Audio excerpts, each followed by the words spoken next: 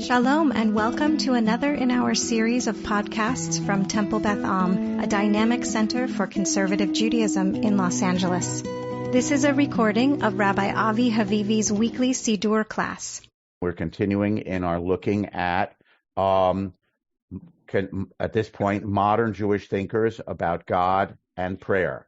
And we've been doing Heschel the last few weeks, and we're going to do Heschel this week. And I looked at it last night, and I said, I don't think we're going to finish up. Okay, that's where we're at.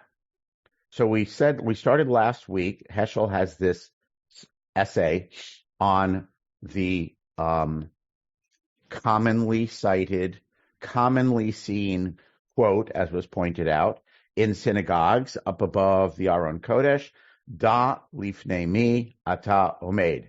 Know before whom you stand. I guess you could take that as a metaphor, but I think it's also in shul meant to be literal, meaning you're standing, you're praying, okay? Have awareness before whom you stand. So we read last week about his da, know, know, K-N-O-W as a command form, tzivui in Hebrew, an imperative. And he talked at length about that, about knowing God, that basically that prayer has to come from a place of awareness of God. And we talked about how it kind of works both ways. You have to have insight first to pray with kavanah, but then praying also gives you insight. So it works both ways. Okay? You can't learn it offhand. You got to pay attention to the world around you. That's how you become aware of God. You start prayer with awareness of God, and then prayer gives you more awareness. So that's what we did last week. I'm just pausing to say it's good to see Leib Chaim Yehuda Ben Chenya walking around. Okay. All right. And again, I want to point out for those who are looking at the text at home, by the way, I did not change the text from last week and this week. Sometimes from week to week, I kind of re-edit what I underline. It's actually the same as last week, but I am just pointing out, fortunately, the pages are numbered, that they're out of order, right? So we went backwards. We did page 210 to 11. Now we're going backwards to page 12. So we did da lifnei mi, before whom, okay? And we're going to do that whole paragraph at the top of page 12. Oh, and you probably want me to make it bigger so you can, those in shul can read it. Michael, is that sort of okay? Best I can do. Biggest I can make it, but still see you guys. Okay. Before whom, lifnei mi, right? Know before whom you stand. Before whom. To have said before what would have contradicted the spirit of Jewish prayer. That would be da lifnei ma ata omed, right? Ma meaning what, as opposed to me meaning who or whom in correct English. Before whom. What is the most indefinite pronoun? In asking what, one is totally uncommitted, uninitiated, bare of any anticipation of an answer. Any answer may be acceptable. I'm not sure I agree with that sentence. But one who is totally uncommitted, who does not even have an inkling of the answer, has not learned the meaning of the ultimate question and is not ready to engage in prayer. If God is a what, a power, the sum total of values, how can we pray to it? An I does not pray to an it. He is, of course, here borrowing Martin Buber's language of I, thou, right? Relationships are either I, it, which are instrumental. I make use of someone as an it, a third person. It's just the bank teller or the grocery store clerk. I take no acknowledgement of them as a human being. They just perform a function for me. That's what Buber meant by an I, it, as opposed to an I, thou, which means confronting people as another human being. Remember, when you read Buber, thou to us is fancy Shakespeare, but thou is actually tu in French, tu instead of vous. It's the informal you, thou. It's meant to be the intimate you. We've lost that in modern English because it's come to be seen as archaic. But Buber in saying I, thou really means I connecting intimately to an other being. So that's kind of what Heschel knows that you know in the background. You know about Buber, I, it, and I, thou. And I does not pray to an it. Unless, therefore, God is at least as real as my own self, unless I am sure that God has at least as much life as I do, how can I pray? Now, I want to pause on this because I actually think decades after Heschel wrote this, I'm not sure when he wrote it, probably the 50s, because that's when he wrote a lot of this stuff. I think this question, this paragraph is actually more germane and salient now if we consider intervening decades of, I will call it, thinking about spirituality. So contemporary thinking about spirituality very often has people say, and I'm not talking specifically about Jewish religious thinking about spirituality, but sort of, what floats around in the zeitgeist. Has it that God is, I don't know, the energy of the universe, or the spirit that animates the universe? A lot of people say, well, because they're anti-organized religion, because they don't like what it says in the Siddur or the Torah, and they say, well, I don't believe in religion, but I definitely believe in God, right? When they poll Americans, they're not religious, but they believe in God. And if you ask them what they mean about God, a lot of people talk about spirit, world soul, energy. Again, that's my stereotype. If you're Californian of a particular decade, it's not even a soul, it's energy. And what we've said in this class, what I've said repeatedly is, that actually dovetails pretty well with ideas that we have in Jewish mysticism, right? Where we read in Kabbalah that, God is a flow. I was going to say flow of energy, but Kabbalah certainly doesn't say energy. God is a flow, metaphorically speaking, from above to below.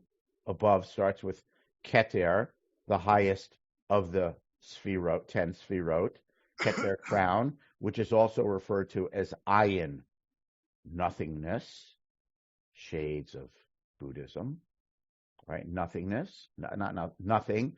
And it's the no thing. It's the aspect of God that is beyond things, and it's really kind of Rambam's God. It's that part, that aspect, I don't want to say part, that aspect of the deity about which we really can know nothing.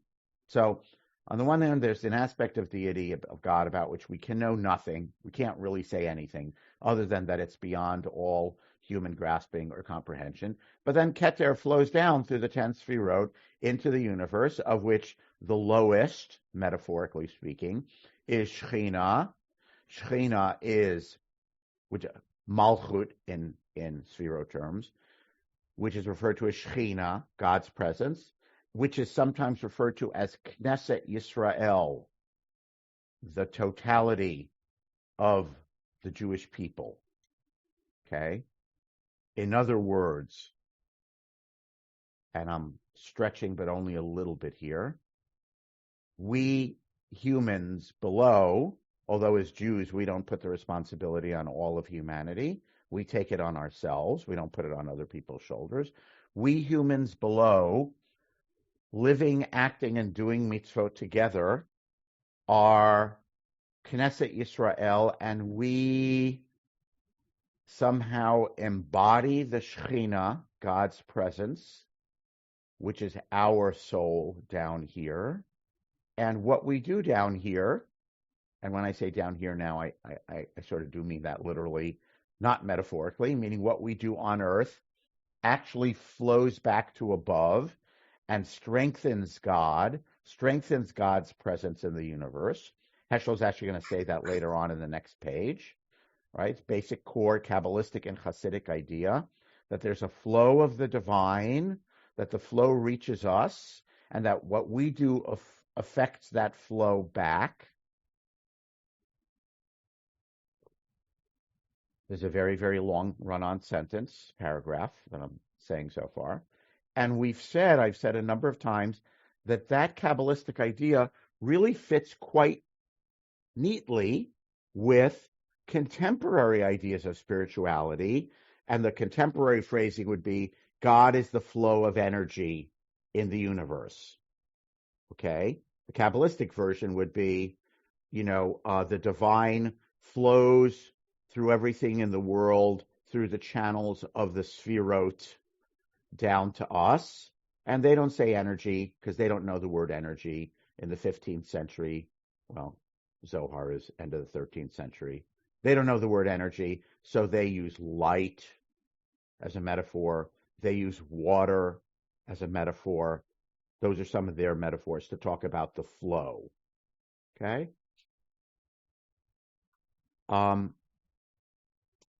So the risk, if you kind of fully, one potential risk, if you fully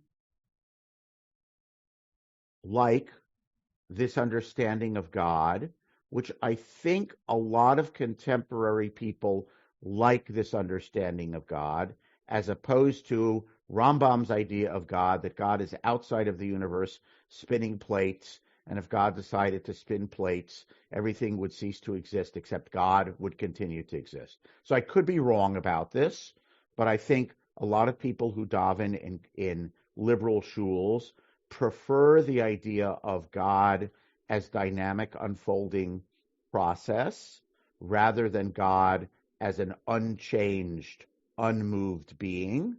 I might be wrong on that. Maybe someday we'll vote, the class. But I think many people find the idea of God as unfolding process that flows through everything more appealing. And of course, maybe I'm projecting. Maybe that means I find it more appealing. All right. One person in this class will go nameless who knows who she is, who always says, Avi, but what do you think? And I always try to avoid that, answering that question, because my point as a teacher is, well, it doesn't really matter what I think. I'm trying to help you guys think.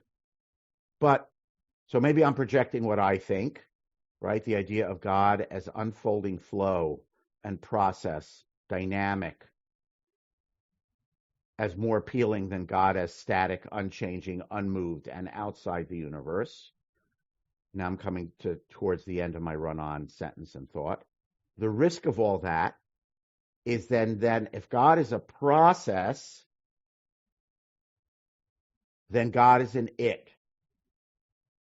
God is a thing. It's like, the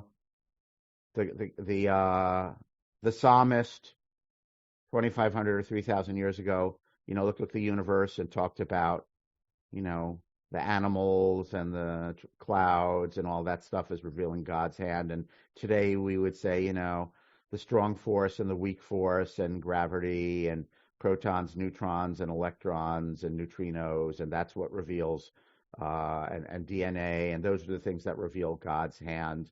Then it's very easy, if God is a process, to say, well, a process is a thing, an it. A process is not a personality like me. The risk of that, just a second, I'll come to Paul in a second. The risk of that then is I'm saying God is somehow less than me, right? Because the universe of physics is it's easy to say, well, the universe of physics, through which I find God, is dumb and unthinking. I am thinking and feeling. The universe isn't thinking and feeling. The universe is just, the flow of electromagnetism and all the other things about physics that I don't understand. And then it's a process. And then it's sort of like a thing. It's an it, and it's not a personality. So I think that is the risk, okay, of contemporary spiritual thinking about God. It's a risk for Heschel. Sorry, it may not be a risk for you, because you might say, yeah, that's what I believe. It's a risk for Heschel, because if you go down that road, then God is not a thou. And a thou sometimes implies something like a personality, even though personality implies that it comes from a person. And Heschel would say, well, you can't say that. God is not a personality. But God is a being who actually exists and is a thou. And the counter argument to what I said, and then I'll get to Paul's question comment, the counter argument, which is what I myself am wrestling with currently in my own thinking about God and davening, and I have been wrestling with it for some time, is even if God is a process and a flow, which is sort of an it and a thing and not a personality, if part of that process and flow is at this, let's forget about the rocks and the trees and the butterflies. Forget about them for the moment. Let's just say if somehow part of the process is 8 billion consciousnesses on our planet, 8 billion human consciousnesses at this moment in time, and that God is somehow a flow that flows through all of them, then how can I say that God is less of a personality than I am? God is a piece of God, leaving aside the rocks, the trees, and the butterflies. A piece of God is somehow 8 billion of me. So how can I say that God, that I'm a personality, I'm alive, I'm a soul, whatever that is, I'm a being, I'm a soul, but God is, now I'm going to put it in air quotes, just a process, right? So the counter argument is, oh, God is, maybe you can call it a process if you want to call it, but that energy flow actually contains within it 8 billion of me, as well as the ones who came before, the ones who will come after, and the butterflies and the trees and the rocks. So, of course, God as a thou is a much, much, much greater version of whatever my personhood or soul is. That's what I'm wrestling with lately. Paul? What is the logic that says that something that changes cannot be a thou? Why does something that changes less than something that does not change? Thank you. That's not the part of what I was saying that I was emphasizing. I would agree with you that something that changes absolutely can be a thou. By the way, and Heschel says that, right? If you think back to what we read almost 2 years ago about Heschel's interpretation of the prophets, God loves us. God gets angry. When we do something bad, we get God to react. God gets angry and says, I will shut up the heavens and there will be no rain, or whatever, or you're going to be exiled from your land, et cetera, et cetera. In other words, what we do affects God. We evoke a certain response in God, which means, yes, in some way, God changes. God wasn't angry a minute ago, but God is angry now. Okay. I didn't say something. I wasn't mean to you a minute ago. So a minute ago, God wasn't angry at me. But now I say something mean to you, God is angry at me. Yes, I evoked a response in God, which means in some way God changes. I wasn't saying that that was the problem with the thou. The part that I was saying was the problem, or again, I want to call it a potential problem, is if God is unfolding process, it's very, and maybe this has something to do with language that we use. When I say a process, that makes it sound like something that happens in a test tube or in a the Hadron Collider or one of those things that they have in Switzerland where they make atoms smash into each other, right? It's just like, oh, the process of the universe, it's just much, much, much, much more complicated than what takes place in a test tube, but it's still a process. There's a way of looking at it that's reductionist. By the way, the same way there are neuroscientists who would say, well, you don't have a soul, you just have a sack of cells and chemicals called the brain. It's a really, really complex computer, and it creates the illusion that you're a person and that you have a soul because it's so complex. But it's not. It's really just the sum of, potassium flowing into cells and chloride flowing out of cells, affecting receptors times a zillion billion, and it creates an illusion.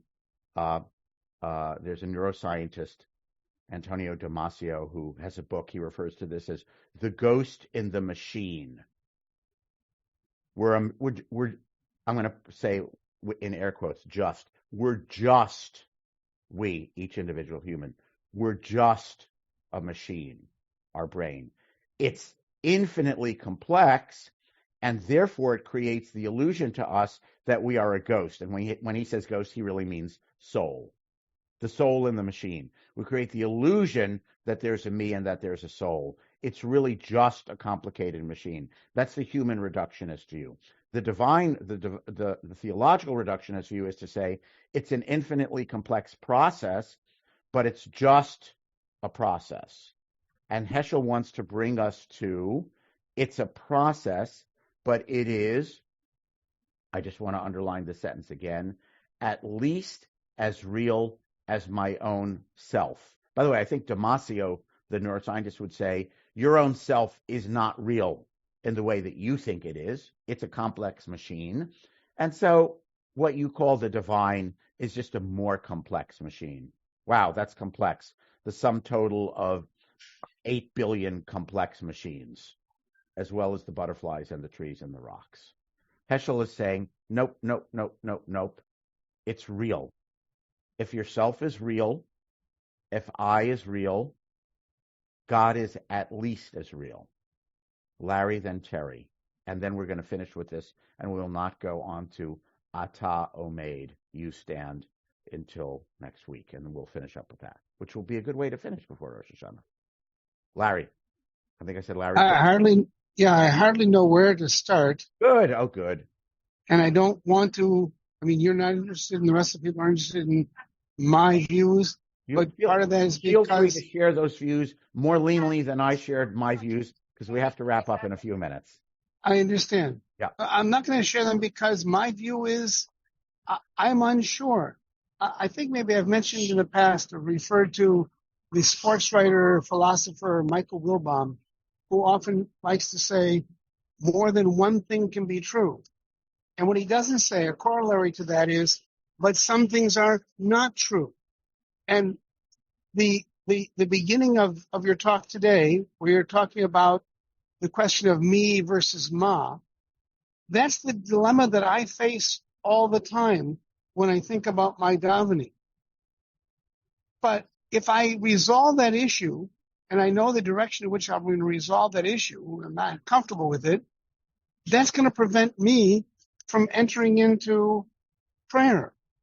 So I live with this ambiguity that exists while I struggle with it, maybe to some small extent in the way that you struggle with it at the same time.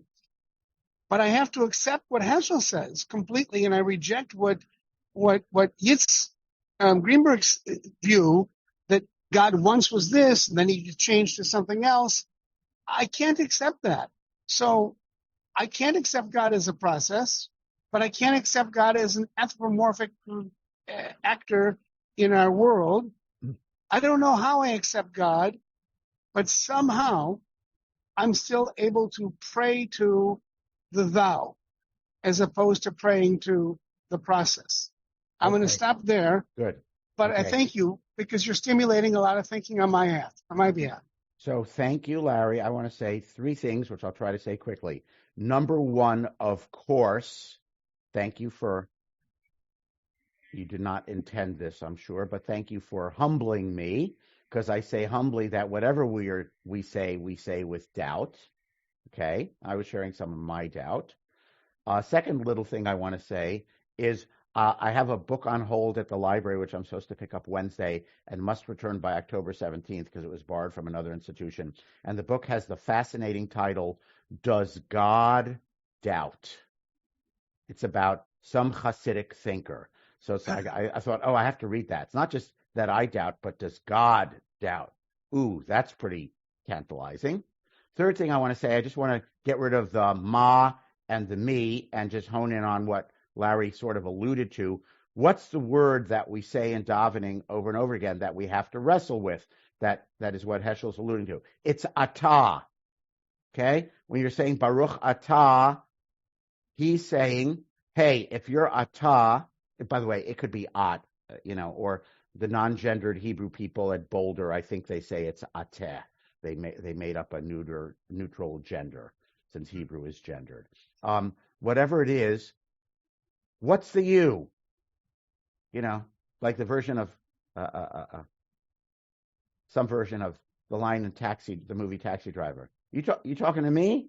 Right? Who's the atah you're talking to?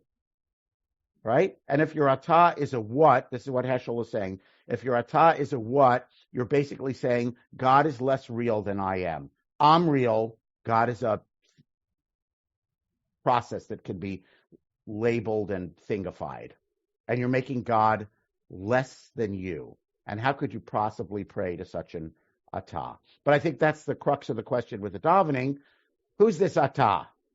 Okay, pause. Terry. And then we'll wrap up. Okay. Avi, tell me what page we're on here, just so I know on this document. We read the first paragraph on page 212. 212. Okay. So before whom? My comment questions have to do with... That's all we did today, that paragraph, and then my musing about it. Go ahead. My question comments have to do with the reciprocity of prayer, in that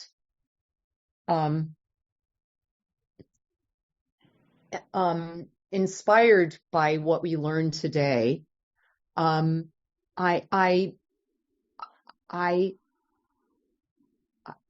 think that when we pray and when we develop prayers, there's an engagement with God. And of course, I'm working on this particular issue right now with regard to a particular covenant that then was turned in a promise by God that then was turned into a prayer. And the way I'm interpreting it is that not only shows God's doubt about what decision God made previously that then moved into a covenant not to do that ever again, but it also, the prayer that evolved based on reminding God of that covenant obligates us to help God fulfill that covenant. And I'd be interested in your response to that. I'm not sure I fully understood the question. It was complicated. It sounds like, by the way, are you referring to a particular prayer? It sounds like you have a particular prayer in mind. I am. I'm referring to the rainbow prayer. Oh, okay. Like the bracha that you say when you see a rainbow? That is correct, which reminds us of the covenant that God promised all of humanity in Parshat Noach. Yes. Which I'd like to point out, God promised, I will never destroy it all again. Right. God didn't promise, and I promise that you people won't destroy it all. I'd like to point that out. Okay. Correct. Yeah. And, by the way, I think it's too complicated to go into now. It's a great question. I just want to say one thing, which is a lot of things. Okay, I'm just going to say okay. You may have heard in the Midrash, which you might have learned through Rashi once upon a time, that God created worlds before this one and destroyed them. And then God created this one thinking, in air quotes, that this world could be perfected. By the way, the Kabbalah links this to, you may remember, it's one of those passages in Shul you might not have paid attention to, that in the book of Breshit, Genesis, there's a chapter or a passage about the kings who ruled in Edom before Israel was a kingdom. And it lists the kings. It's at the end of Parshat something or other in Breshit. I can't remember. I can't off the top of my head. And it's like, we read this and we say, like, why in the world would the Torah have a list of kings of Edom? Okay. So the Kabbalah says that is a coded reference. For Kabbalah, everything in the Bible is coded. It's code, right? With a deeper meaning. That's a coded reference to the worlds that existed before ours, that God created and then destroyed. Okay? So there's an implication in the Kabbalah to put it together with this idea, your rainbow idea. God created worlds, was dissatisfied with them, and destroyed them. And then God created our world, in which it is more possible that chesed will prevail, and that therefore this world will be more successful. It's kind of one of the ideas in Kabbalah. By the way, this idea of worlds created and destroyed, it can map onto, this idea that some physicists have, the universe started from a point, it exploded, it expanded, eventually it'll collapse back into itself, and the whole thing will happen over again. So some contemporary religious people read that in physics and they say, oh yeah, well, that could happen. We have the Midrash. God created other worlds. They were created and they were destroyed. Terry? What I'm particularly focused on right now Yep. is the bridge between what is described as humanity's mistakes, foibles, Yep. God's anger, Yep. and reaction, which is the flood, Yep. and God's response afterwards. I don't want to do that again. Yep. But that also has been interpreted in our tradition. Okay. By us looking at when there's a rainbow, most of the advice is don't really, you notice it and then you close your eyes or you turn away because it's showing God's anger. And that to me implies a responsibility / reciprocity in terms of humanity's need to toe the line, to be better, to not get to the point again where God is going to react in such anger that God will not remember the covenant. Because why are we reminding God of the covenant if we're not fearful that, God might forget that covenant? Okay. By the way, that's an interpretation Yes. of why we say the bracha. Yes. That we're reminding God. I'd have to think about that interpretation. I mean, I don't know if that would be my interpretation. I got to think about it. Okay. Okay. The one thing I want to respond to what you said just earlier in this last thing you said is if we go back to the text of Breshit, why God takes that oath, whatever you want to call it, it's an oath, right? He says, Ki yetzer ha'adam ra mina urav, right? Which is a negative way of saying, and I'll reinterpret it, I gave them free will. So that God is saying, shades of changeable God, shades of making God into a personality. I need to realize that because I gave them free will, which includes a Yetzer Hara, an inclination to screw up, because I gave them free will, they're going to screw up. Therefore, I can't go berserk and destroy everything anymore just because they screw up. God, can't do that. I won't do that. I need to acknowledge that the entity that I created has free will, and inevitably they will sin. Avi. Good. Yeah, we got to stop. Yes? Michael? What's Michael saying? Michael said something and then he went away. I don't know. Okay. By the way, that's not a bad lead into, high holidays are coming. Okay. Which is about, what are Yamim Norim about theologically? You know, what it's ended up settling out is the period of time where we recognize, human beings screw up. That's kind of what we do.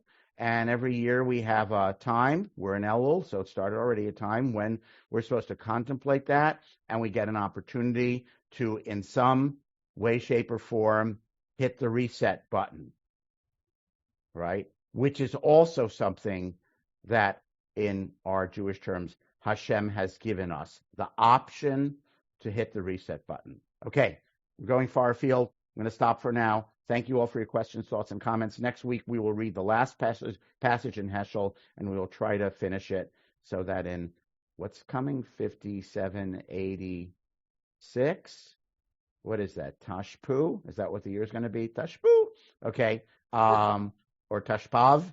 We'll go on to other material. You have been listening to another in our series of podcasts from Temple Beth Am, a dynamic center for conservative Judaism in Los Angeles.